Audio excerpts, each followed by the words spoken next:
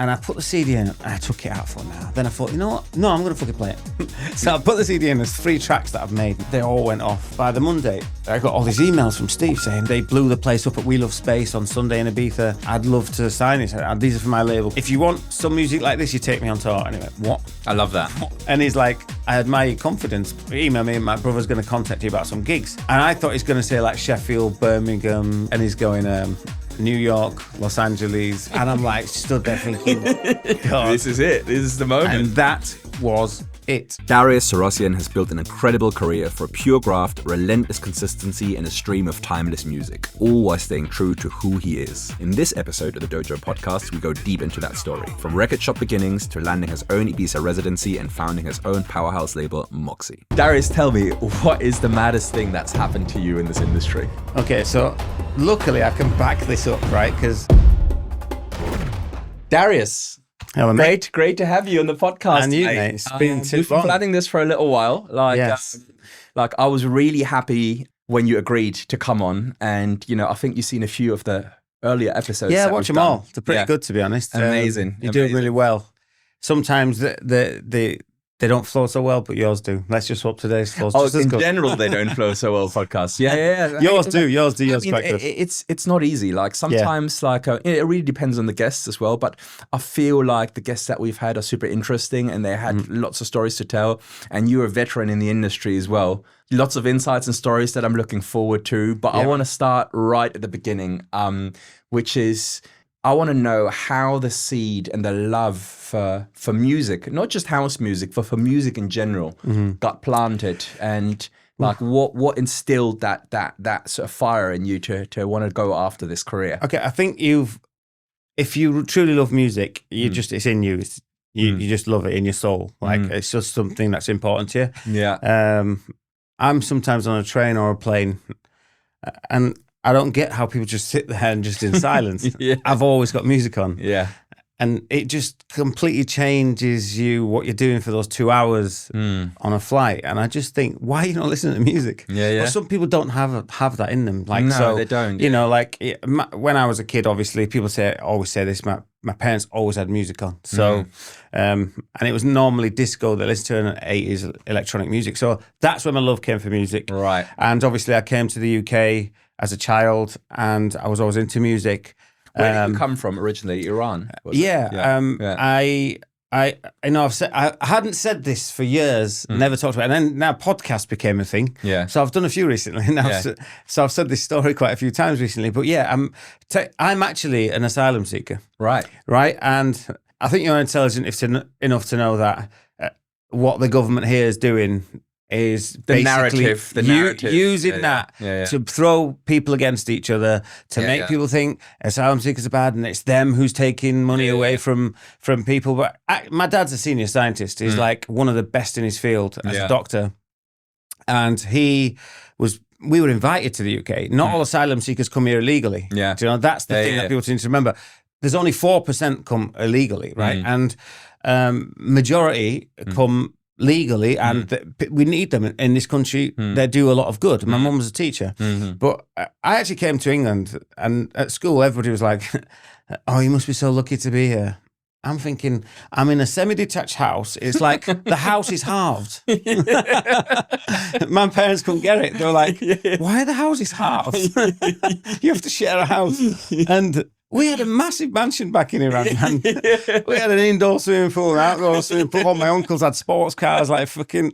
I'm like, now I'm in a semi-detached house. You know what? Like, this is really, like, I love this. This is really funny because my mum is an immigrant as well. She didn't come as an asylum seeker. She came as a student from Ghana to study medicine in Germany.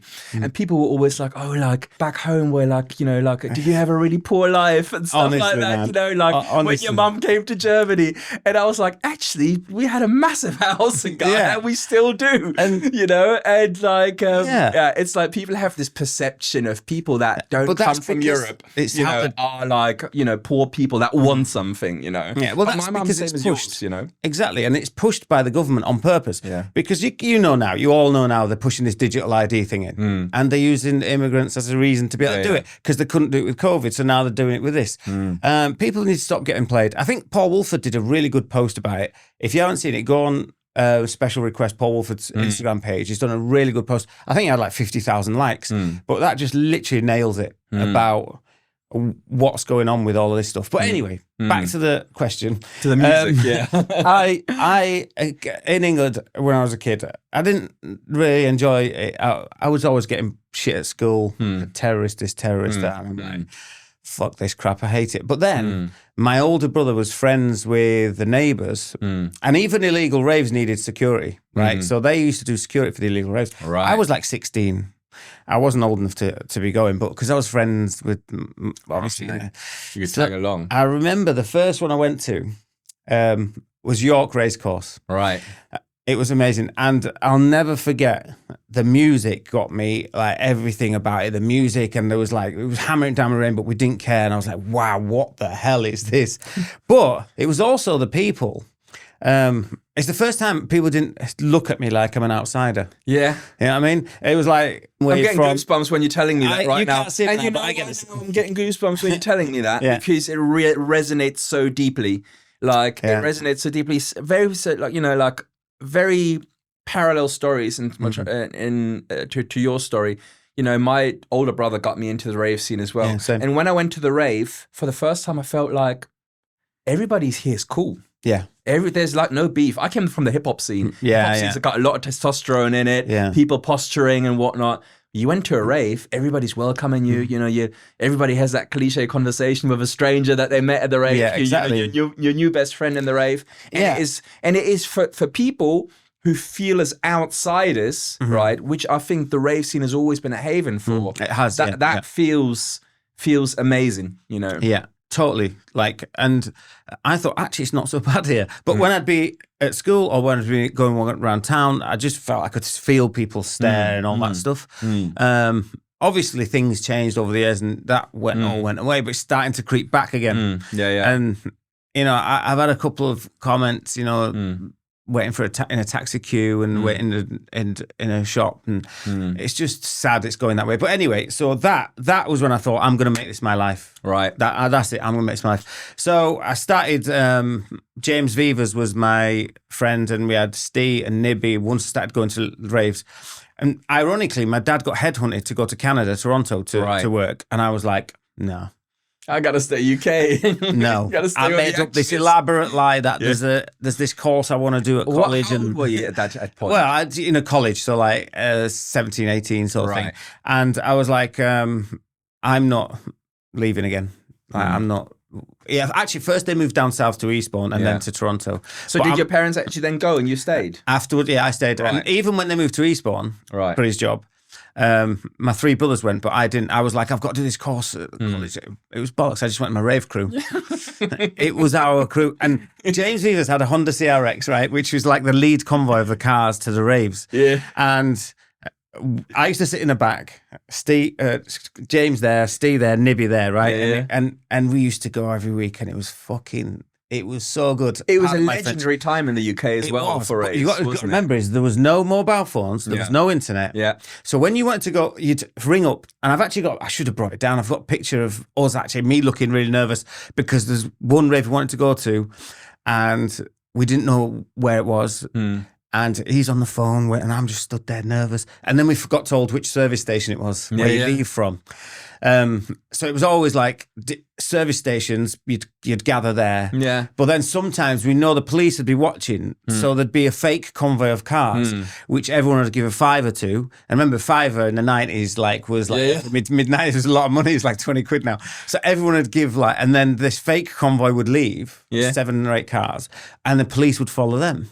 And once the police are gone, we're in. For the people that don't understand what we're talking about, in the 90s, it was so buzzing because you went through that much effort to I just want to explain to the people what we're talking about, because if you don't understand what we're talking about, a convoy to a rave, back in the days, there was an illegal rave scene, and you didn't get told the location of the rave until you're well on the way, basically. You would meet up at some random location, somebody with a pager. It weren't mobile phones back then. You got a message going go there and there and there, and then you would find the location. Yeah. And that's how the rave scene would work in the UK. And you'd have a great time. And then afterwards we'd come back to the service station.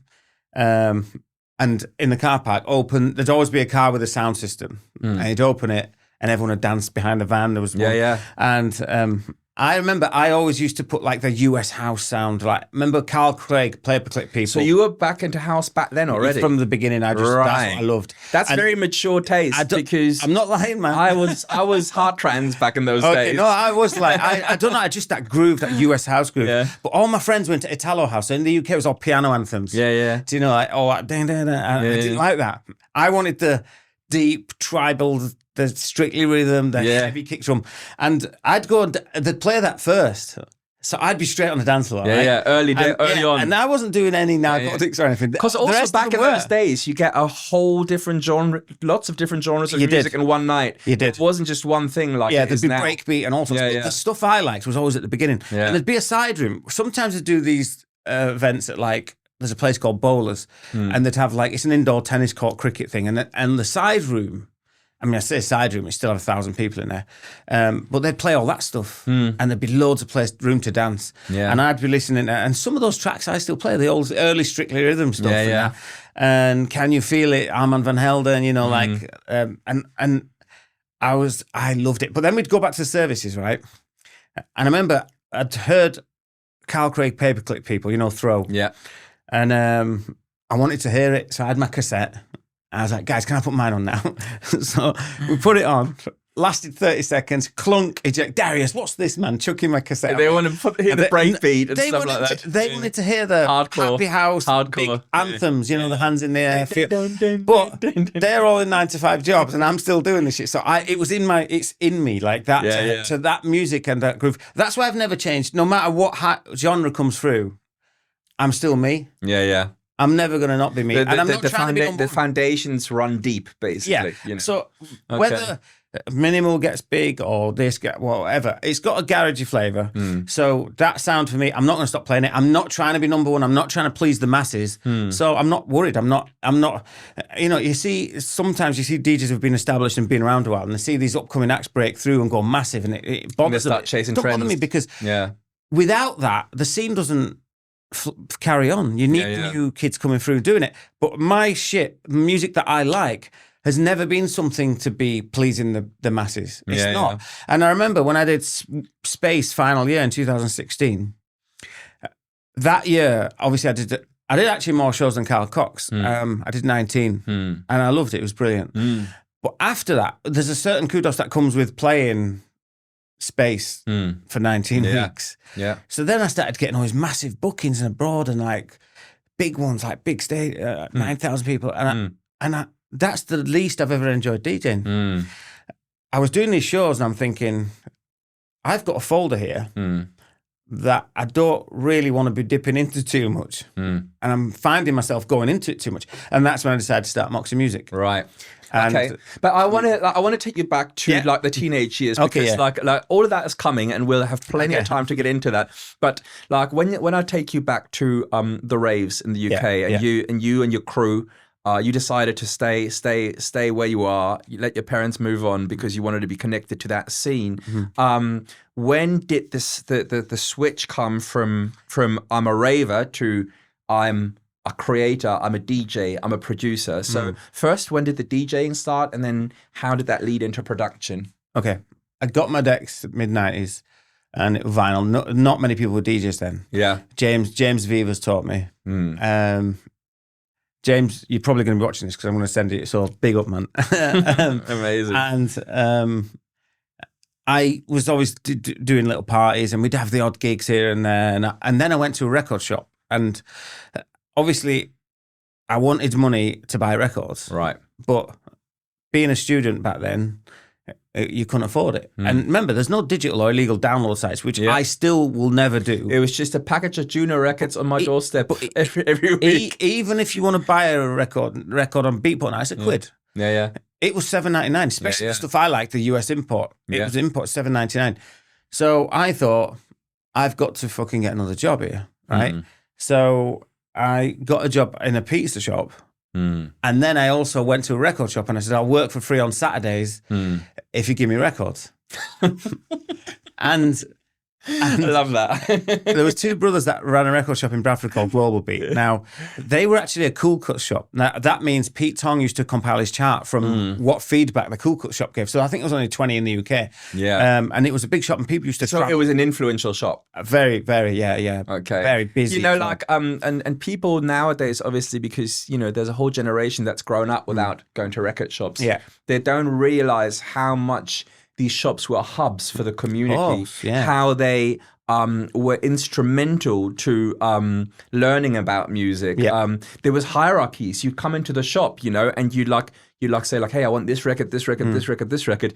And then somebody else would come in, and then from under the counter, they'd get like a stack, and you're like, what is he getting? What is he getting that stack? And I'm not getting that stack. I had my regulars. Yeah. I had my regulars, and before they even come in, I'd have their name, and I know that he'll like this, she'll like that, and you reserve them and for. I'd put them in there. You reserve them for the another top trick, customers. Another trick. If many of my old regulars are watching now, they're going to hate me for this. But I remember, for example, 2008 there was a track with Sis Trumpeter. So I remember we got the white labels, or even in the 90s when the Van Helden, Tori Amos thing. I've got a funny story about that. But anyway, when we got that, we got some promo copies. If we put it number one in the Cool Cuts, they'd give us a few more. So I'd have it on the deck all day, and people would come in, they'd be like, "What's this?" And they'd all dig, "What's this?" And I'd go, "Oh, I've got one," and I'd actually have a pile down here. Yeah, I've only got two because I can't give them to. I have to give them only to my regulars, right? But sometimes even my regulars would be like, I want one for my friend. Yeah. And I'm like, you can't have it for your friend because I've got to give this to my regulars. Yeah. So I'd lie and say I've only got two and I'd have 10. Yeah. You know what I mean? So that's how it had to be, you know. But that's in the record shop. So I started on a Saturday just working for records. And after a while, they realised that my knowledge is so good that they gave me a full-time job. And I've got a really funny story. I've said this a few times on other interviews, so I'll say it really quick. One of the turning points was when the Tori Amos thing came out, I was at Cream, right? And John Please Women was playing it, and I wanted to know what it was. There's no Shazam, right? So I'm in the annex room, you know, it's quite, the booth was like, and you could walk around the side, but it used to go down into the back. So I jump up and I managed to look down, and I see in a marker it says Professional Widow Van Helden. So I just remembered this, got back to the shop, faxing it through. They rang us straight away. How do you know this tune? I said, oh, well, I heard it being played. They go, wow, okay, so how many do you want? And I said, we want the promos, but I'll take 300. 300. That's a lot. Yeah, that's a lot. That's a lot. That's a big order for one shop. I knew that they're going because I just knew, right? I seen the reaction to the crowd. I seen, you know, I just knew. So anyway, we did mail order. So once word spread that we have it, people were driving up from Nottingham, Sheffield, coming from everywhere. It's the power of the music and the scarcity that you had back then. Yeah. That people would travel to get a tune. Yeah. You know? And I remember Jamie Prophet, his office was upstairs, and obviously seen the order, and I hear him come running down the stairs. The door opens. What's this? And I'm like, whoa, in front of my customers too. If these don't go, you're getting sacked. I was like, they're gonna go, mate. Don't worry. Literally we had to reorder, right? People were coming up, driving up from Brighton and stuff. Yeah. And he was like, look, you clearly know what you're doing. Do you want to manage the shop? Okay. So that's great. That became my life. But the irony of it is, because I was managing, I had to be there Saturdays. I wasn't focused. I was always DJing and playing. And you learn, as in a record shop, you learn what makes people tick. And if people like a certain sound, they can always like another sound and really love it. So as a DJ now, I'm still Balearic, and that's why I'll really flip a genre in mid-set. Because I know if you can look and visualize and see what's going on with that crowd, you think, okay, I think this is going to work.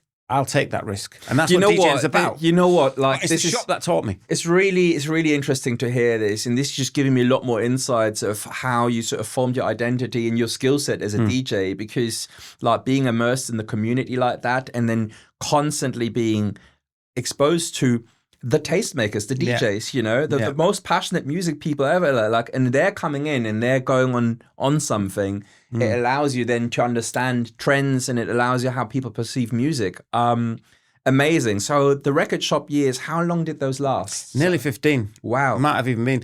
But I remember that it was a blessing in disguise for that to stop because it was going to stop in 2009, 10. But by 2008, obviously I managed, and that was Globe Beat. Then I went to Crash Records in Leeds.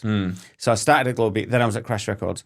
And in between, I actually did a degree at uni, but I was always still working in the shop. Right. And then I went. Was that a music degree or was it unrelated? No, it was actually a design course, illustration, and I actually did really well in it. Okay. Well, look, creativity translates to all kinds of different fields. Yeah, do you know what I mean? Yeah. If you're a creative. Yeah, exactly. You can do visuals, you can do music. Yeah. Like people tend to do well across many different kind of realms of creativity if you're good in one. So yeah, I mean, okay, that's a long time in the record shops. And then, you said it's a blessing in disguise. Why was it a blessing in disguise? Because it allowed you then to go more fully into building out your DJ career? Or? Well, I had no choice. Right.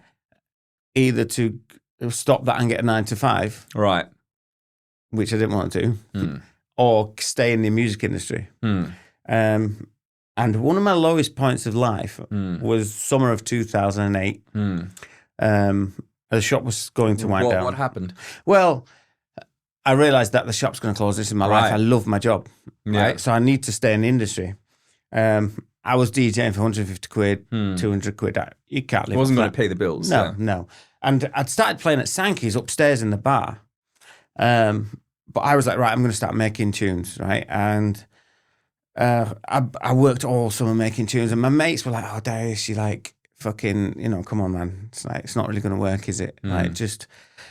And I was like, didn't own a car, didn't own a house, renting a house, behind on my rent, no credit card, nothing, and I lived in Headingley, which it's not the. I mean, no offense, but it's like, not the most happening place. No, but it's brilliant for your student as a student lifestyle, that kind of thing. But at my age, I should have been living a better standard of life. But I thought I am going to not give up on this, and I spent all summer making tunes. And I remember it was that summer when that flipping song Rihanna Under the Umbrella, whatever, and it was raining all summer as well. So I was anyway. So then David Vincent said, right, you're finally going to get to play the main room. And I remember it was August the 15th, 2008. And it was a Friday night. And Steve Lawler was on. And he'd said, I want somebody who's going to be able to play properly before me and not slam it out. Steve is big on that. Yeah, very the big. proper warm-ups. He's a great DJ, Steve Lawler, and he cares about the music. I wasn't opening. Somebody else opened. And then I played, and then Steve. But I thought to myself, I made these tunes, but they're going to bang it too much. And I don't want to play them. And it was fucking rammed. It was rammed. Everyone was holding the Nokias up. Like, what's your name? What's your name? Amazing set. Yeah. And then I seen Steve and his entourage all fill the booth. And I put the CD in and I took it out for now. Then I thought, you know what? No, I'm going to fucking play it. So I put the CD in. There's 3 tracks that I've made in this summer. Right. And they all went off big time. And I remember Steve going, what the hell are these? I just gave him the CD. And then obviously I watched him for a bit and I went because I had to shop on a Saturday. By the Monday, I got all these emails from Steve saying, oh, Darius, we met on Friday. You gave me these. They blew the place up at We Love Space on Sunday in Ibiza. I'd love to sign it. These are for my label called Breakout Audio. That's why I started my label. But I'll do you something. At that point, did you already have a release on the label, or were those the first ones? No, we had. Okay, and I'll do it with my mates. But that was the whole point of the label, was for me to get noticed. Yeah. So it did its job. Anyway, Steve, and I said to him, if you want some music like this, you take me on tour. And he went, what? I love that. And he's like, I admire your confidence and your but make me something then. Yeah. And I had a remix I did of Livio and Roby, and also did a track called Luis Conte, which went straight to #1. It was one of the biggest tracks that year on Beatport, which Beatport was a big deal back then. Spotify wasn't a thing. Yeah. And his brother goes, right, email me, my brother's going to contact you about some gigs. And I thought he's going to say like Sheffield, Birmingham, Nottingham, Leicester. And I'm in the street and leaving the shop, and he's going New York, Los Angeles, Vancouver, Montreal. Lovely. And I'm like stood there thinking, oh my God. This is it. This is the moment. And that was it. I took that opportunity. Took the ball and ran with it. And I was touring with him. And we had a great time, man. And I was playing before him on shows. I wasn't even opening. There was an opener. What year was this? He took me on tour 2011, 12. Yeah. We did like a 6-week America tour. We did 2 or 3 America tours, which were like long ones. This is when I started becoming aware of you as well. Yeah. You know, this was like a pivotal time. Fuse London had just started. Yeah. And we were doing our thing. I was a resident here. I know you were. I know, because you used to come watch you. Yeah. And Steve was doing his thing. And then when did Steve then go to Ibiza and Sankey's? Because that was your first full season in Ibiza, right? Where you had like a weekly residency. Yeah. Right? Funny story with this as well, because I remember when I was on tour in America with Steve, Nick Yates, he helped me a lot as well. Nick Yates, the chief, and Spenny. Chief, this goes out to you. They called me when I was on tour in America, and they said, right, we want to make you a resident at Sankey's monthly in the main room. I was like, this is amazing. And Steve was like, hang on a minute, you're on tour with me. We've got all these gigs to do. I thought, this is great. I'm getting fighting up. Anyway, so then we're on tour, and there's Matt Kilcullen, who's Steve's tour manager, and me and Steve, and we sat around. And I remember they watching the film The Warriors, you know, that old cult film. Yeah, 70s movie. And Steve was like, Ibiza's going a bit too VIP, this, that, the other. And he's kind of left space, and he was the king of the terrace when he like years. And he said, I'm gonna do a flipping my own night at this Sankey's in Ibiza. And I was like, wow, that takes a lot of balls to do that, coming away from space. And he was like, okay, well, let's do it. And he goes, we need a name. And I think Matt Kilcullen was like, that film we just watched, Warriors. And Steve went, Viva Warriors.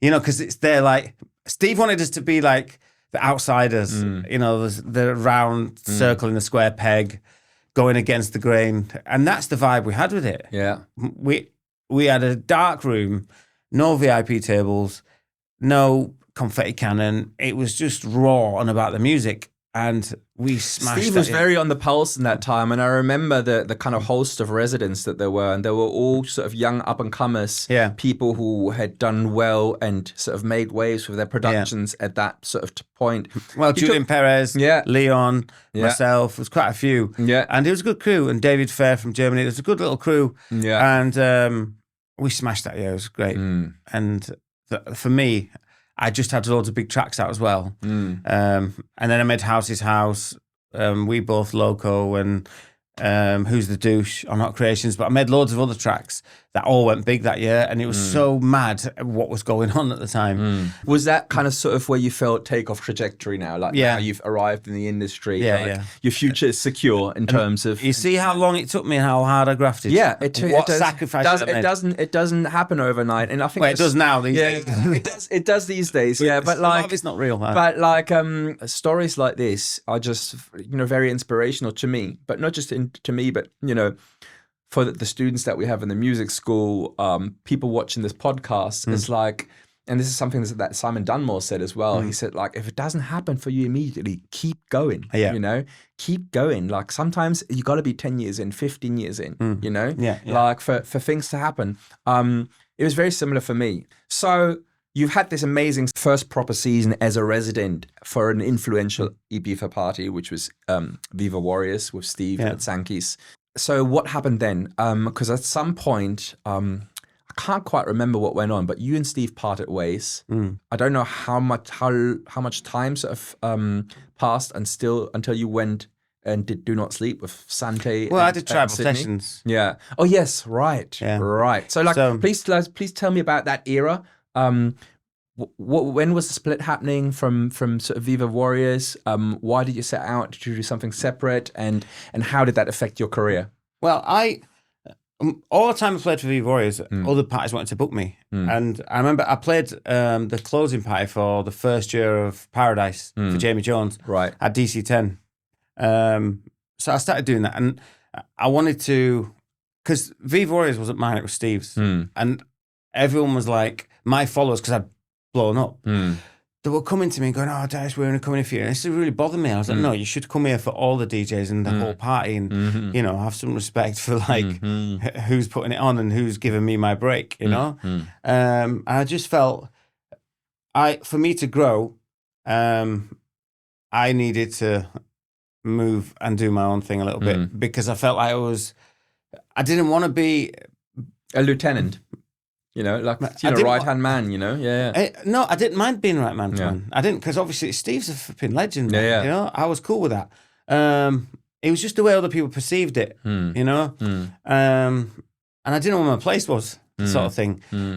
I had earlier slots, people wanted me to play later, and it's just like all that stuff, really. And then, you know, we parted ways, and I'll always be thankful to Steve for that break. Afterwards, we actually did a collab track a few years later, you know, and we played together and stuff. Yeah. Obviously, Steve's in America now. But I did tribal sessions, and I started doing tribal sessions. But we did that at Sankey's as well. But then I'm sure people obviously know about Sankey's and how I left. And what happened was tribal sessions was getting rammed every time I played.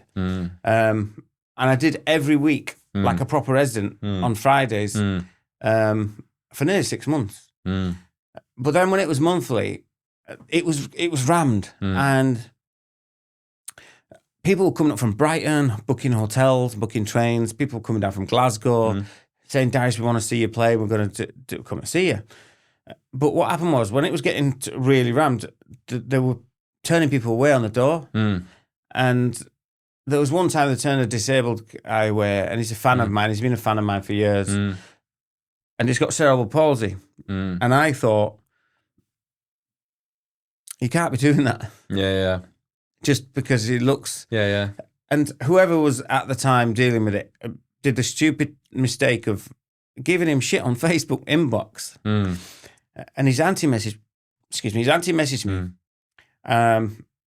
Anybody else wouldn't talk about this, but this is a podcast and it's for you, so I'm just going to be honest. Yeah, it's fine. We could sit here and talk about nice things all day long, right? No, I love that. But I cared about my fans so much. Yeah.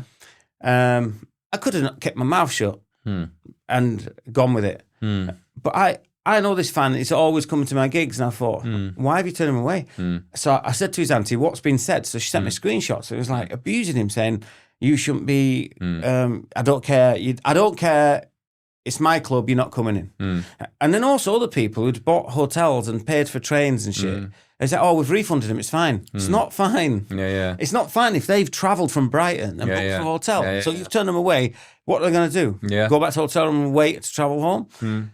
So obviously, me being like me, I wanted to apologise to my fans, right?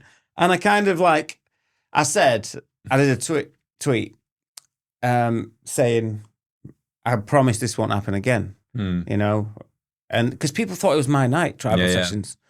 Cut a long story short, I don't know if that tweet was definitely the reason. So they waited a few months, and then out of the blue, I just got told, "Right, Darius, we are sacking you from Sankey's." I'm like, "What?" And they're like, "You've brought the club into disrepute." But actually what it was, another night had come. All right. And they wanted to take my spot. And they thought they could replace me with DJs, other DJs, to carry on doing tribal sessions. And then the night was We Love Space. Right. Went to Sankey's. Right. So the deal was I have to go for them to come in. And I was like, "Come on, guys." That's the Ibiza club politics sometimes, though, as well. Yeah, but sacking me publicly. Yeah, there's no need for that. You know what? Now that you're talking about this, I remember this. I remember this was going on because, I was one of your followers, you know, and I would see it was Facebook back then, mostly, you know, Facebook pages. Like one thing that I remember distinctly is the way you did social media, and that actually influenced me. And what I realized is Darius talks to his supporters and fans as if they're friends. That's it. Right? Because they've let me have the life that I have, and they are. And it was literally like, I saw like you having long, elaborate conversations with people. People asked you something and you would reply to like all of them. And back then there was kind of this thing, there was like this other sort of school of thought out there that's like the too cool for school. You know, you don't engage. No, I got told not to do that. You don't post. You know, like which came mainly from like sort of the Romanian scene at that time. They're like, we're going to go down the Villa Lobos model. We ain't doing social media. We're not engaging with people. We're not talking to them. I actually got told that don't talk to people because it brings you down to their level. I'm like, whoa, what are you talking about? I don't think I'm above anybody's level. I'm just playing music. I'm in a position to play music, and I want to bring people together with my music. Yeah, that's genuinely how I still see it. Yeah. When I see DJs acting like. It just makes my toes curl. It makes me cringe, man. It makes me cringe too. And here's the thing. We're not superstars, mate. You're just DJs. We're just Here's DJs. the thing, Darius, though. Like, the one reason why I've always related to you, and we've always gotten along super well, is that, like, you've kind of always stayed the same. You know what I mean? You've never sort of turned into somebody else, you know? No, I think authenticity is very important in life. Yeah. Powerful thing. And sometimes you see people, especially when it happens real quick with a success, they change, you know. And I think there's a benefit in it happening over a long time and it being a real graft because, because I don't even blame people that change where it happens. If something like this happens overnight and all of a sudden everybody wants a piece of you and they're becoming these, you know, sycophants around you telling you how great you are all of the time, like that's got to go to your head, right? And you have to be an extremely strong character to be immune to that. But if it happens gradually over time, you kind of stay more grounded. You know what I mean? Absolutely. What you're saying there is totally true. And I always thought no matter what happens in my career, whether it works against me, I'm always going to keep things real. And I'm here to play music, to bring people together with my music. And I'm not trying to be number one. I'm not trying to be a superstar. I just want to enjoy my life doing my music, you know? And the irony of it is when Sankey's did that, I should have gone under and go, oh my God. Except there was something in me which made me think, nah, you're going to be all right, Darius. And I got approached by Neil Evans to do Not Sleep at Privilege. At the time, no one was touching that venue. Nobody was touching that club. And Privilege, which is Universe now, the Super Club. At the time, nobody was touching that venue because it was gigantic. But we did the side room, which still held 2,000 people. Everyone said it's six. Side room. That shows you how big of a venue it is. The side room holds 2,000 people.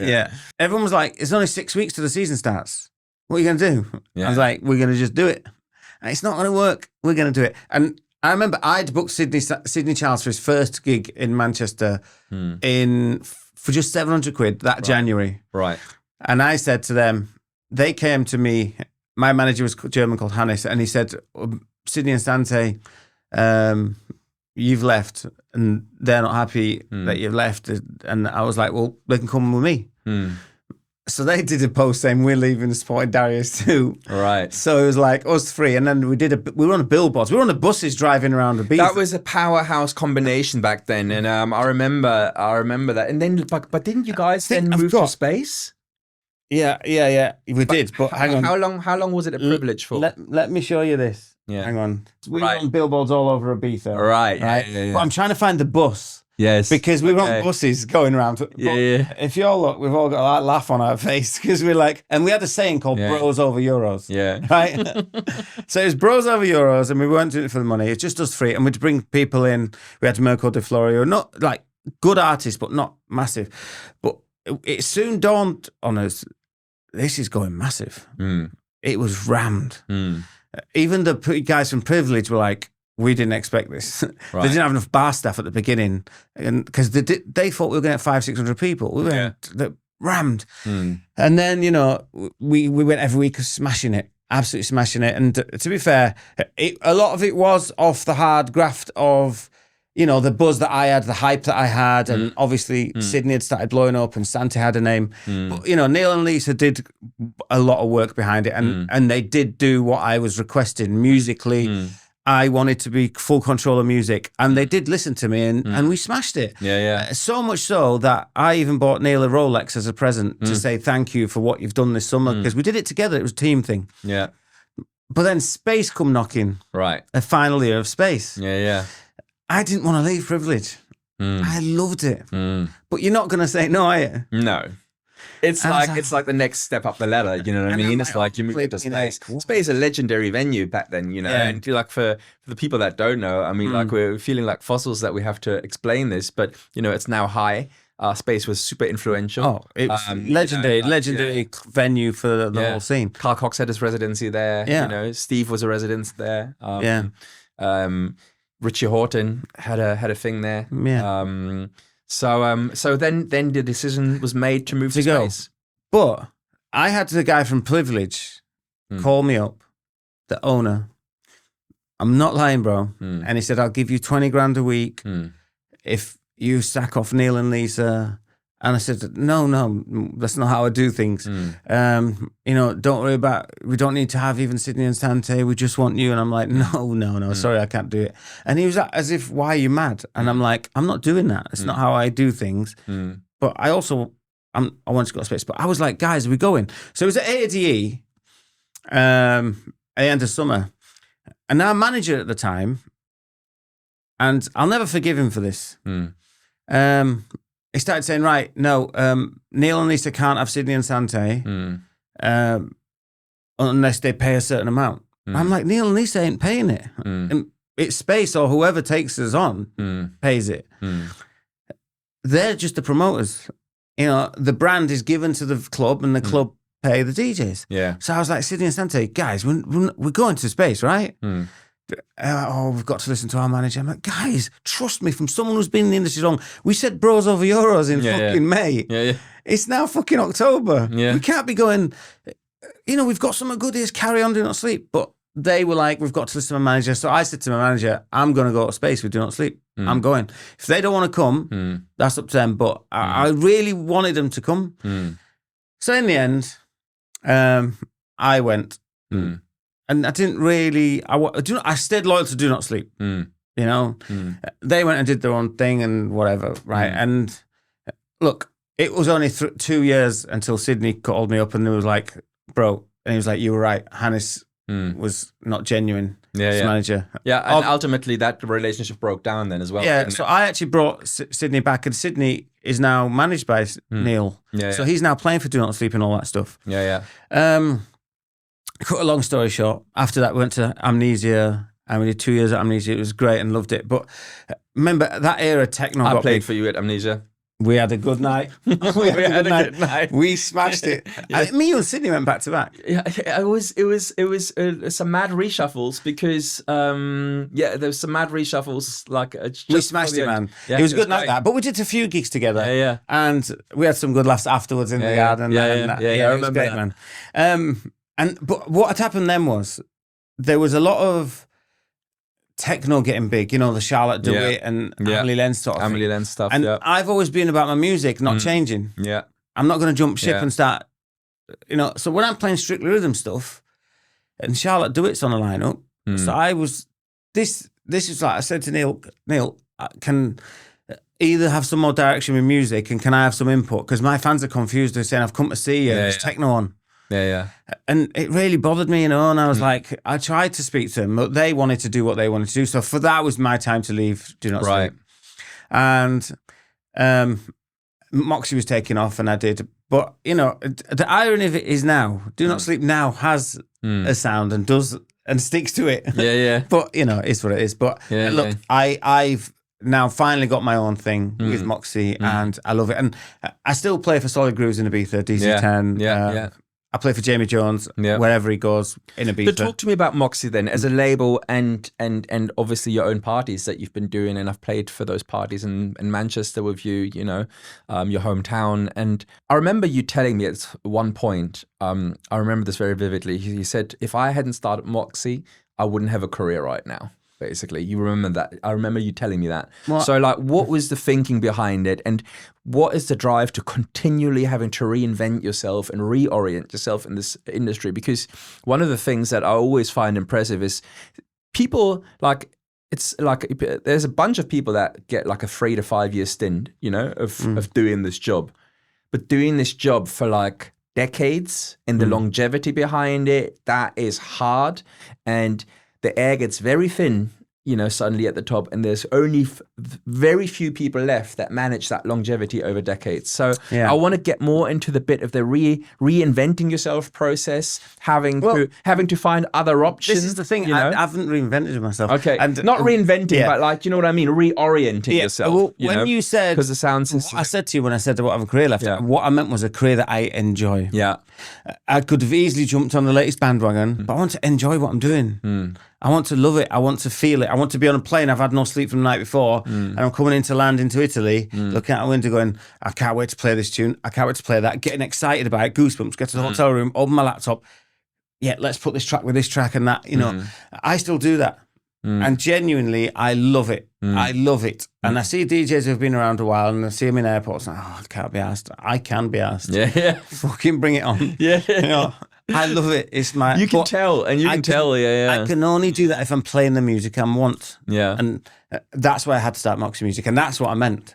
It's just the same because I loved working with Neil, and he's great at what he does. I just wanted him to now do it for Moxy as well. Keep Do Not Sleep, but just do that with Moxy, But he was too busy. He became the booker at Amnesia, so But look, we do. Off-so now we have great parties. We just did when we did Miami, we had great parties. We've got ADE, a party coming up. We do Fabric, which is the best club in the world for me. Fabric let me book my own artist that I want, not just hype names. Yeah. I want Phil Weeks, Rob Soul. Yeah. Him. This is one of the things that I think Moxy is kind of known for, is that you are putting sort of legacy names alongside new talent that you've championed, that you've found, a couple of people that sort of come to mind is like Lucas Alexander, for example. Great producer, man.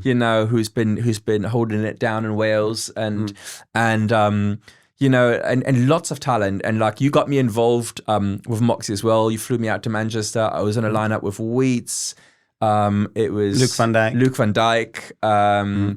It was in the Manchester City Hall. Amazing show. It was this one was a real big one for me because we came out of COVID. I was injured. My knees were fucked. I could barely walk. This was the first international flight I'd taken like in 2 years. And it was a healing gig actually, because I was like, it was like, I can still do this. Like I've fully recovered since. But back then, like, it wasn't clear whether I could even go for a night of standing for 2 hours, because the knee injury was so bad. They had me in for surgery for total knee replacement. It all worked out. All worked out without surgery, But yeah, it was a really important gig. And, this is why I've always been appreciative, of the sort of time that you've given me. And also the many other people that you've championed. So like, tell me a little bit about that philosophy. It's like, how do you go about finding new talent? Like, tell me the few of the names that you're excited about. So, what you said about legacy, I just had I'll come to the new talent in a minute. Yeah. Yesterday, I had a 1.5 hour phone call with Lawrence from Inland Nights. Do you know Inland Nights? Yeah. Oh, of course. For those that know. Yeah. Legends. Yeah, legends. Amazing. For those that don't, get to know. You've got to. Inland Nights, right? A huge back catalogue of tunes. Unbelievable. Huge. Unbelievable. Yeah. So we're going to do a collab together. And they're coming back and doing shows. And Cassius just hit me up to do Remix 1999. Wow. Which is fucking buzzing about that. So I'm thinking when I do, I want to play with these people, but at the same time, fresh upcoming acts. And there's so many upcoming acts that their music I love. Smokey Bubbling B, the way he does garage, like a proper good soulful, but still driving. There's a kid called Rudanec, Rudanec. He just gave me a whole batch of tunes. I've been playing them toward the end of summer. They've been absolutely smashing it. But it's just, you've got to dig and look for people. And I think when you're first breaking through, you're really hungry and you're not making music for the masses. You're making music for yourself. For you, yeah. That's why I like upcoming artists. When people get more established, they get comfortable and then they start thinking, well, I can go this genre, that genre. Yeah, be part of this crew, be part of that crew. I love some of the rawness from a lot of the upcoming acts, So I like playing with them and bringing them in. And Olive F, how far she's got. She just won the Ibiza Awards. Yeah, crazy. 3 years ago, I took her to my agent. I said, right, take this girl on. And he was like, I don't even know. I said, trust me, I'm going to put her on loads of Moxy parties. And she's smashed it because the musical knowledge that she's got is better than some established DJs I know. Her energy and everything is like infectious. She's got a really great personality, but mainly the music's good. But obviously teaching her to learn music, that's been people don't see that behind the scenes, that what I've done for her. She's getting there now. Obviously we work together and I engineer with her, but it's all her ideas, and now she's doing things herself, and just seeing, I like helping artists grow, and it's just a rewarding feeling, and I know that Olive will stay loyal playing for Moxy as well. There's been others I've got behind Moxy, and I've kind of used Moxy as a stepping stone. Moved on, and that's fine. You get that sometimes in this industry, like I call you get it a lot. You get not sometimes. It's not the exception. It's more the rule, climbers, who take you as a stepping stone, and then. But I know how it works, so I know it's going to happen. Yeah. So I'm like, it's cool. But then there's some that are loyal. Yeah. There's been a few, and I keep them my crew. So I circulate the. There's now Piralis from Manchester who are doing some great stuff, Marcel. But there's quite a few artists who I've got behind, and there'll be other ones in future I will, because I think it's important to get behind fresh talent as well. Yeah. And I like to mix it up, Yeah. Have the legends as well. Right. So, Darius, tell me, what is the maddest thing that's happened to you in this industry? Okay, so luckily I can back this up, right? Because at the time, I put it on YouTube. So I've done, it's 2012, so 13, Viva Warriors still. But I'd played for Paradise on the Wednesday because I had 1 week where I could do Paradise. But I'd actually played as well for Eden had just opened. And I did that. And then I played in Germany, and then I played in Finland, and then I played Manchester. So I'd just done Tuesday, Wednesday, Thursday, Friday, Saturday. But all I was bothered about, really the most, was Sunday. It was my first time to close Viva Warriors. All right. Steve Lawler, Butch, and me. I've played in Finland. I don't even know I'm standing at this point, and then they've asked me to play an after party, and I've done it. I'm so tired. I got 3 hours sleep in the hotel, and I'm like, shower, airport, get there, bam. Okay. And it says flight cancelled. I'm like, oh, fuck. No. I'm ringing up Steve Lawler's brother, Adrian, because they were managing me. And no, the Finnair have said they'll take you tomorrow. I don't want to go tomorrow. Yeah. I want to go tonight. Yeah. Like, no. The only way is if you buy a business class flight. I said, why can't they put me on a business class? They went, no, you've got an economy ticket, so they'll give you an economy ticket, and the economy's full today. Unless you pay for a business class flight. I said, well, fucking pay it then. He's like, are you sure? It's leaving in an hour though. Went, just please pay it. So, okay, booked it for me. And now you go to the machine to get your check-in, and I put the code in, but because it was just booked, the woman said, no, you have to go to the desk. I'm thinking, no, desk, the fucking queue. If you're at Helsinki airport. And I'm like, I need to get to the front of this. And there was a big orange phone advertisement thing. I put my DJ, I pushed it, got underneath, and I just ran to the front of the queue. And some German guy was like, yeah, get to the back of the queue. And I was like, no, I need to get this flight, please. And the way I asked him, he was like, okay. I went to the front and I said, please, on this flight. And she said, the flight's closing. I said, no, please. She went, hand luggage only. She called him and went, you've got 30 seconds to get to gate 54. So I'm sprinting. I'm nearly taking kids out of my record box. The plane door, and I got on it. I thought, done it. So I have to go to Nice. I get to Nice. And then connecting flight, yeah. And then I get to Nice, and just cut a long story short, cancelled. No, what? The second the connecting flight also cancelled. No, and I'm doing updates on my Facebook. Yeah. Everyone's like, Darius, you've got to make it. Nice airport's only small, and everyone's like, oh, it's not. I'm going to somehow make it. Cleaners cleaning up the airport. I was like, why are you here? I said, I need to get to Ibiza. It's only a 30-minute flight. So the airport's closed. And I went, I'm just trying to work it out. Just leave me, please. This guy walks past, goes to the coffee machine. I went, be careful, that's going to eat your money because it ain't mine. He's going, oh, okay. Why are you here? I said, I told him the story. And he went, your dedication to get to your gig. You've done all of that and paid €2,000 on a business class flight when you could have had a free one to make this gig. And I went, yeah. He went, are you an EU citizen?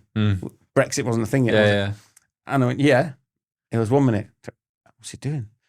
Comes back, slams it on the table, sign that. We're going to Ibiza. What do you mean? What do you want to sign? He was a private jet delivery pilot. Right? And he's like, I'm flying to Ibiza. I'm like, fuck off.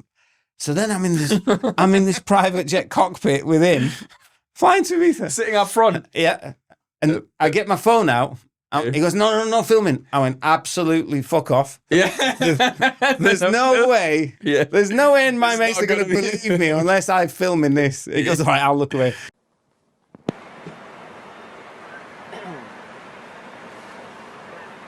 True story, man. Not making it up, dude.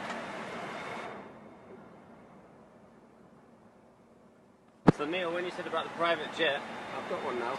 So what are you talking about? 100, 50, 40, 30, 20. And you know when the plane's coming into land? Yeah. And it's going 50, 40, Yeah. 30, 20. And I'm sitting there going, I fucking knew I'd make it. Yeah. And I literally landed and he was like, the cars were waiting. They took me straight up to the club 10 minutes before I was going to play. And I dropped what goes around and comes around, and the club. I've actually got a video of it. You've got to put a little clip of it in. We'll looks like it's filmed on a potato, though. You'll send us the clips, we'll put them in. The club went, look, goosebumps. The club went absolutely. That's one of the happiest moments of my life, right? And it's another lesson not to give up. Yeah, boy, done good. Made it in the end. It was mad, but I just knew somehow I'd get there. Like, yeah, so that was. That's an amazing story, man. I mean, you know what? Like sometimes the DJ life, it can be so stressful, you know, like catching these connections, catching these flights, you know, and like, you know, like sometimes you've got to book like mad connections and, you know, it's not all booked with one airline. So like if one's late and you have like a 45-minute layover, but then you're sitting on the runway for 25 minutes and waiting for the thing to take off and you're just like, oh my God, I'm not going to make my connection, you know? So part of it. I used to complain. Yeah. And nobody wants to hear you complaining. No. You know? Also, with what I've just seen in the last 2 years with what's happening in Gaza and stuff, you'd be an absolute arsehole to complain about anything we have. So I want to talk about that a little bit. You know, not about Gaza specifically, but just about you being outspoken about your opinions in politics. It's like, I feel that a lot of people, sometimes I have to admit, including myself, hold back on some of their opinions when it comes to certain politics because the current climate, you know, like even like first it was like the whole cancel culture thing, you know, you said something that people don't like and, you know, people will come down on you like a ton of bricks. But especially like in terms of politics, like, you know, people don't really voice their opinions. Some people do. But you've always been very outspoken. Where does that come from, this outspokenness and this sort of sense of sort of justice that that's important for you? Being a refugee, growing up in 8 years of war, seeing what it did to people, seeing how it gave my mum post-traumatic stress disorder and depression, leaving a country, leaving a family behind, never going to see him again, sacrificing that for her kids, coming to school, getting racism. My dad's here to help people. He's a doctor. I just thought we need to understand that until we understand that we're all one and there's no such a thing as us, that we're all human beings the same. I've traveled the world, right? And there's good and bad people everywhere. And actually, I think, and I'll say it on record, places where they have less money, they have a bigger heart. Yeah. And they're nicer people. I have to agree Right? with that. Yeah. And I just thought, if you've got a platform, try to educate people. And music and politics have always gone hand in hand. It's a myth that this thing that people say house music is a very political thing. Sometimes people say like, "Oh, leave the politics out," and you're like, "Come on, mate, soul. You've got no soul if you're saying that." The foundations of this movement is political. You know, it was literally disenfranchised it was made people by black people and gay people in America. And nobody wanted them anywhere, and they had to find their own spaces. That's what it was. Yeah. You know, and fucking, if you're not gonna use your platform to and use your music to do it, then what are you even doing? Yeah. You know, you want to just exist and be like this. Now, I'll always speak out. And I don't care if it means like some people might boycott me. So fucking do. So actually, ironically, people following me know, like, I've been posting nonstop about facts about the apartheid in Israel, and so people know, because a lot of people are not educated on it. So somebody started attacking me from Israel, and I was like, I'm never going to stop, mate, so whatever. So he decided to message my manager, Shino, and say, Darius is a Hamas terrorist supporter, which is bonkers, because I've never mentioned them once. Apart from the fact that 80% of them are orphans, and the fact that Netanyahu actually funded them, he called them an asset. Because they allow him to stay in power. Because back in the day, he funded them to the point of 1.4 billion. And he said in the Knesset to his own people, as long as they're in the power in Gaza, Hamas, we can argue to the world we have no partner for peace. There's a video of him saying it, right? So people need to understand that. He's then sponsoring terrorists against himself, so he can be a victim, so he can go and do what he's doing now, right? And I'll never stop talking about it. Anyway, this guy, so he started messaging my manager, and my manager was like laughing, going, this guy's a nut job. But I've had record shop distributors, he's literally gone emailing the whole industry. But I don't care, because people who follow me know that they're not gonna drop you like a no one's potato. supporting Hamas, dude. I mean, caring that innocent children are being deliberately starved and bombed is a different thing. And I'm never going to stop talking about it, ever. And something else happened. Well, look, I think you know, your conviction and your courage and that is really commendable. And I wish there was more of that. Just kind of looking back now on this career that you've enjoyed in the industry, and like, you know, I mean, there's so much still to come for you, you know, and you're busier than ever. It doesn't seem to be slowing down. But if you look back over the years, is there anything that you would have done differently? And if you could give advice to your younger self, what would that advice be? Maybe I could have made some decisions which meant I would have been positioned in musically sold out a little bit, and I would have definitely gone into that realm of, you know, that kind of artist. But really, like I said before, I want to be happy what I'm doing, and my music is never going to appeal to the masses. It's just not. So you have to decide, either you're an artist or a businessman. You know, which do you want to be? And I think I'd have made the same decision again. Okay. So you're happy with what you've done? Yeah, that's great. I'm trying to think. No regrets. No, that's great. If there's no regrets, then there's no regrets. Maybe, you know? If I wanted to be very, very, very rich, I would have done that. And I remember one manager I had, he said to me, stop talking about liking intimate venues because you're driving your fees down because you're getting booked for them. And I thought, but I do like them. I do like them. Do you know what I mean? Yeah. So if I'd have gone down that route, but I think I would have made the same decision. And look, I'm earning more than I need. I'm earning more than surgeons and stuff. Surgeons save lives, man. I know last night DJ saved my life and all that crap. We make people happy. But you know, we get paid well, and I'm not a materialistic person, so I'm not really bothered about. I mean, I do only fly business class though, because I hate flying. At a certain point, you can't just do it any other way anymore, especially the long haul. Yeah, you know? I mean, I fly a lot because most of my gigs now are in Europe and stuff. And I play Italy a hell of a lot, and you know, and you have to be comfortable, because if you're going to perform that night, you know, you have to be traveling. You know, like, even like if you just like, you get into one of those flights and you can't recline the seat and you're just like, oh my God, I'm sitting upright on this thing that's like that thin, you know, like they just things have just gotten worse with air travel. Yeah. Like I remember air travel in the 90s and the early 2000s, it was just a lot better. You know, people have irrational fears, right? Yeah. I probably shouldn't say this, but I'm just going to anyway. So, what is your irrational fear? This isn't a fear, but it's something that really winds me up when people sneeze around me. And if you're an economy, like, so in business, I got a bit more space.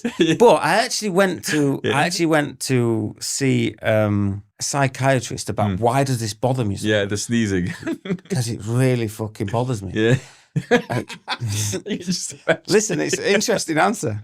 So she said, it comes from your childhood when you grew up in bombs and war. Yeah. And at the time, Saddam Hussein was dropping mustard gas, right, and chemical weapons and shit.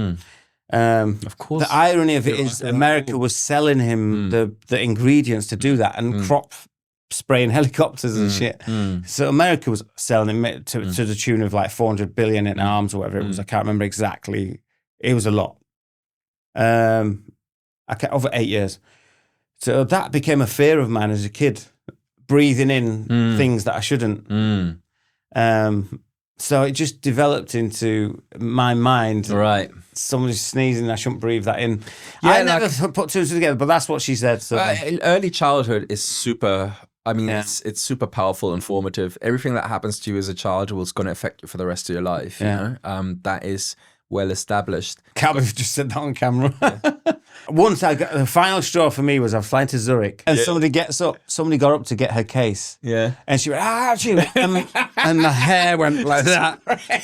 And I'm like, are you for real? I'm like, oh God. I need to get to the hotel, hot shower, like shampoo. So like when COVID happened and everybody was with a mask, that must have been heaven for you on the flights. No, because I don't know. Like, I wasn't feeling masked either. Yeah. Well, then all of a sudden, people wearing the mask, you're like, I don't like that either. Yeah, because they were touching it. Yeah. So it was getting wet and damp. Yeah. So then they were touching it, and then they were like touching the armrests and that. I'm like, this is worse. Just take the mask off. Yeah. But actually, it probably would make it worse because now you're not worried about catching the cold, but you're worried about catching the disease. You know, I never got COVID. You know? Huh? I never got COVID. Yeah. I've never gotten COVID either. My body will have come across it, but my dad's a senior scientist. And he told me vitamin D, zinc, omega-3. I've had dozens of confirmed exposures. Yeah. Where people were literally like you're healthy next to me and then like, and I never got tested positive. If you're healthy, your body, which is why I thought the government on purpose didn't educate people, because they used COVID to make fucking money. And look at in hindsight, like Germany was super strict with it. And in hindsight, I was never like a COVID denier and saying this is all bullshit, whatever. I think it was very real. Old people died of it, you know? Yeah. Weaker people died of it. But I think in hindsight, when we look back to it, I think things just went a little bit extreme. Of course they did. But at the beginning, I said countries like Sweden that allowed people agency, where this is like, please have common sense. When you're around older people, wear a mask. You know, if you want to protect yourself on public transport, you should wear a mask. But we're not compulsory banning you from going to restaurants or doing sports or whatever. I think in hindsight, that was like the best approach. Exactly. And I remember some agency at the beginning of COVID. I actually said, doing this whole lockdown is ridiculous because we need to have herd immunity, right? Yeah. And because that's what my dad said. And I got attacked for it, right? I got attacked for it, but I got proved right. Lockdowns did nothing. I remember when the UK was the first country in Europe really to open to allow people to just live a normal life again. And there were some events coming on in that summer, and I started getting some bookings. And people in Germany, the whole narrative was like, this is crazy. This is going to come to bite them in the ass and whatnot. And the world did not end. You know, exactly. Yeah. The world did not end in the end. And looking back, also, I know that at the end of the day, I don't think my dad's a senior scientist, right? And he said a lot of the pharmaceutical companies, they're corrupt. You know, that's why in the end he retired. And I know that they did like a lot of things that they could have done. They manipulated the situation, but the virus was a virus, man. And viruses happen. It's part of nature. Yeah. Do you know what I mean? So I just think the government's used it to make money, giving everybody loans and all this crap to get interest back. Okay. I mean, this time was really, for me, like a super difficult time. Like the lockdowns, I think the first lockdown, I was like diligently like following everything and, like not meeting up with friends and whatnot.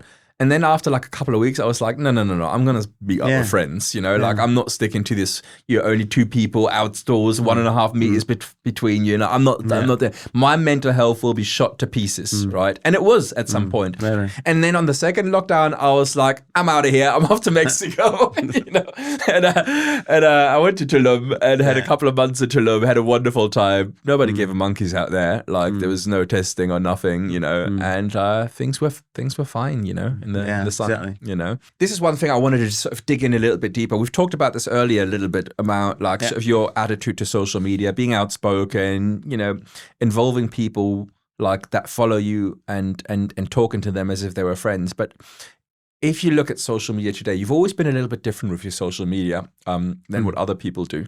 And you've always given me kind of sort of tangents to think about social media in different ways, like you would talk about the metrics. You were like, you said to me once, don't think about the likes, think about the comments and the conversations underneath and stuff like that, right? It doesn't always have to be high likes, Like, what do you think about social media now? What is your advice for young artists right now who are trying to make it an environment that is increasingly putting a lot of emphasis on how they're doing on social media rather than, how they're doing with music, Well, if you truly care about music, you're an artist, you want to be an artist, right? Then you're here. If you want to progress using what's there, you're a businessman, and then you're here. So if you're here, the businessman, do what you're doing, make tracks for TikTok and all that crap, right? But if you really care about music and you want to feel it and make it your life and be happy and feel like content, like you're doing your art, it's an art form, then don't make music for TikTok. Make music for you and people who are going to like it, because those TikTok tracks, you're not going to listen to them again in 2 years. Do you want to look back and think, this was my catalogue? Yeah. What the fuck is this shite? Do you know what I mean? You want to look back and go, wow, I want to play this. I want to still play this in 10 years. Yeah. So make music. Stop thinking about, this necessarily won't make you massive. So you have to decide, really. Don't knock the people that do it. Good for them. That's what they're doing and they're smashing it. But I mean, I don't really post on my TikTok because they said to me, I think when I was with Defected, they said, we're going to get you a blue tick. I was like, cool. And then they came back and said, even though I've been around a hell of a lot longer, they were like, oh no, we can give it to these because we'll give it to the female DJs, but we can't give it to Darius. And I thought, why wouldn't you give it to me? What? So I'm a male or what? I don't know what the fuck is this, right? That's literally the reason they gave. So I just thought, this industry is sometimes so bonkers, If this is what it is, then I'm not really that bothered, man. But I know, like with the kids, TikTok's massive now, and I also think that's a reason why house music's struggling a little bit, because if you look at TikTok, right, you got 15 seconds to sell something. Yeah, house music's about a groove. 10 minutes of just a deep groove that really changes. The bass line comes out, snare comes in like this. It's not conducive to a short format, isn't it? That's the shit DC-10 was built on. Right. With TikTok, drum and bass tracks, loads of shit happens faster. It comes in a dubstep, and that's why you see a lot of tracks now that have a gimmick sample in them because people see it and go, oh, they hear it quickly. They hear that one thing. I want the track just for that sample. So unfortunately that's part of it. But I'd say it's predominantly a UK thing. When you go to play in Italy, they don't give a shit about that. And Spain and other places. But in the UK, I think the kids, which is a shame because the UK crowd, the kids used to be really good. They used to be the best people to play to. In terms of musical knowledge. Yeah, but now they stand, a lot of them stand around waiting for the drop. Waiting for the drop, to get the phone out. And they think the groove bit, the drums, is the bit to stand around and talk. I think there's there is a bit of a pushback now in the industry, and I commend Michael Beebe for trying to push through a no phones policy at DC-10 because I remember he just got bona fide superstar status, and I remember when he just stepped out it was just a sea of phones, and everybody would phone that moment, and it would ruin.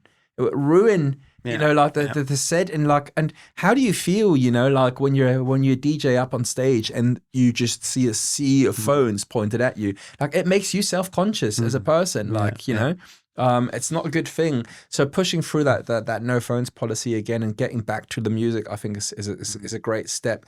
And it teaches that generation also to see like you can capture one or two of those moments, but you don't need to capture everything. Yeah, I mean, I'm not actually that militant about phones. It's just as long as it's not the whole set and the whole everyone at the same time sort of thing. If you want to catch a memory, do it. You know? Yeah, it's fine. But I just played Defected Malta, right? And I played with Carl Craig and Lil Louis on the stage, and that got sent, man. I can't even tell you.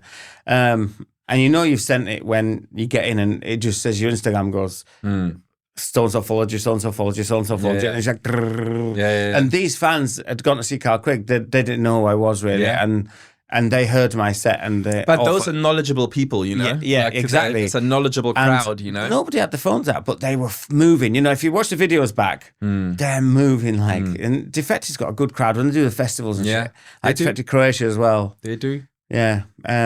So you know, there is still parties where it's good and it's not all phones. You just have to go to the right parties. Yeah. I guess you do. Yeah. I mean, yeah. It's almost the end of the year. 2026 is about to start. The year's flown by. What's happening for you? What are you excited about? What's next for you right now? Right, the Cassius remix of 1999. That's big. I can't wait to get stuck in. I've just started the bits on that, so that's cool. Collab with Inland Nights. We've got Fabric coming up. I'm playing Fabric. It's not confirmed yet. It looks like if we could move some things around for PIV in December. I've got Moxy at Fabric after the new year. Got Moxy at AD on 22nd of October. Nice. Myself, Fletch, Ozzy Guven, Olive F. Love Ozzy. Yeah, I'm a top guy. Yeah. Obscure, Aka. So I've got that. I'm doing a PIV boat party at AD as well. We've got Cape Town. 3,500 people at Moxy stage. Amazing. Yeah, so I can't wait for that. How did that come about? I don't know. They just hit up my agent and was like, and I'm like, are you sure? Yeah. But that's a good festival. You know, it's 3,000 people. Have you spent any time down there before? I played New Year. Was it last year or the year before? I can't remember. I played in Johannesburg. Because I've done a couple of winters in Cape Town, from 2012 to 2014. I went there every winter, and it's just a magical place. Very beautiful place, and they know their house music. They are very, very knowledgeable. Like they have a passion for house. Brilliant. That is raw and real, and you see you play some of the classics, you'll see everybody knows every single word and they'll be like singing along with it. I think excited, it's going to be huge. Yeah, it's going to be big. Yeah, so that's in January. I've got Abode on the Snow coming up. Got some more Moxy parties. I've got 5 gigs in Italy. So diary's full, you know, but I'm excited to... I've got my Hot Creations release out end of October, you know, Bass in Your Face and Old School Freak. I've got the Gypsy Girl thing, which is like a re-sung version of Gypsy Woman on Moxy coming out. We're still pressing vinyl. So literally busy as ever. Like going from strength to strength. Yeah, thanks, man. Well, listen, thank you so much for coming on the podcast, Darius. Thanks for having us, It's bro. been an absolute pleasure. This is one that I really look forward to, and just stay yourself, man, and keep doing what you're doing. Yeah, man. Looking forward to spinning together. We need to we need to get one sorted. Let's do something again. I'll be well up for it, you know. Thanks for having us, man. So guys, this is the Dojo Podcast. If you enjoyed this conversation, please like, subscribe, and comment. And check out dojomusic.net if you need house music education. If in case you don't know it, we have a music school with an amazing community. And we are teaching people to make house music and building careers in this industry every single day.